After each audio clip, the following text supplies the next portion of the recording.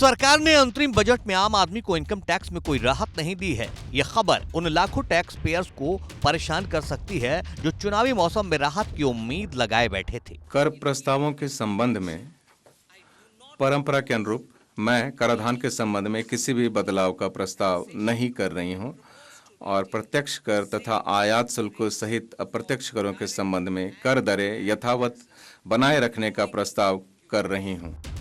लेकिन बदलाव न होने को भी राहत ही मान सकते हैं, क्योंकि पुरानी टैक्स रेजिम चुनने पर अभी भी आपकी 2.5 लाख रुपए तक की इनकम ही टैक्स फ्री रहेगी। हालांकि इनकम टैक्स एक्ट के सेक्शन 87A के तहत आप 5 लाख तक की इनकम पर टैक्स बचा सकते हैं, जबकि नई टैक्स रेजिम चुनने पर पहले की तरह ही 3 लाख रुपए तक की इनकम पर टैक्स नहीं देना होगा। इसमें भी इनकम टैक्स एक्ट के सेक्शन 87A के तहत सैलरीड पर्सन 7.5 लाख रुपए तक की इनकम पर और अन्य लोग 7 लाख तक की इनकम पर टैक्स छूट पा सकते हैं। वित्त मंत्री निर्मला सीतारमण ने अपने बजट भाषण 2024 के दौरान टैक्सेशन से जुड़ा कोई बड़ा बदलाव नहीं किया है। बावजूद इसके 1 करोड़ लोगों को टैक्स से जुड़ा लाभ मिलेगा, क्योंकि वित्त मंत्री ने पुराने टैक्सेशन से जुड़े पुराने विवादों से जुड़ा एक बड़ा ऐलान किया है। वित्त मंत्री ने वर्षों से लंबित बकाया प्रत्यक्ष कर मांगों को वापस लेने का फैसला किया है। वित्त मंत्री के मुताबिक साल 1962 से जितने पुराने करों से जुड़े विवादित मामले चले आ रहे हैं, उनमें साल 2009-10 तक लंबित रहे प्रत्यक्ष कर मांगों से जुड़े 25,000 रुपए तक के मामलों को वापस लिया जाएगा।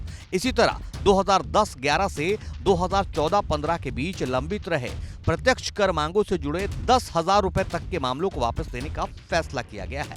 वित्त मंत्री के मुताबिक पुराने विवादों को सुलझाने के इस कदम से कम 1 करोड़ करदाताओं को फायदा होगा।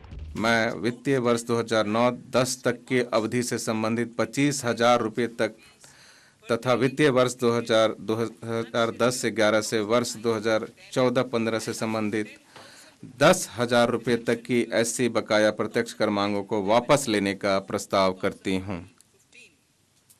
इससे लगभग 1 करोड़ करदाताओं के लाभान्वित होने की अपेक्षा है।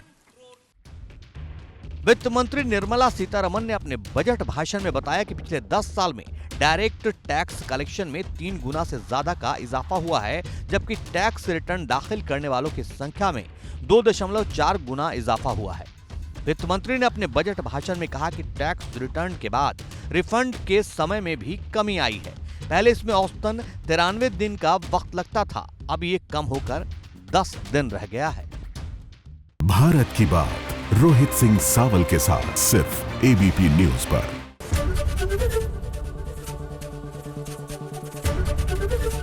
एबीपी गंगा, खबर आपकी, जुबान आपकी।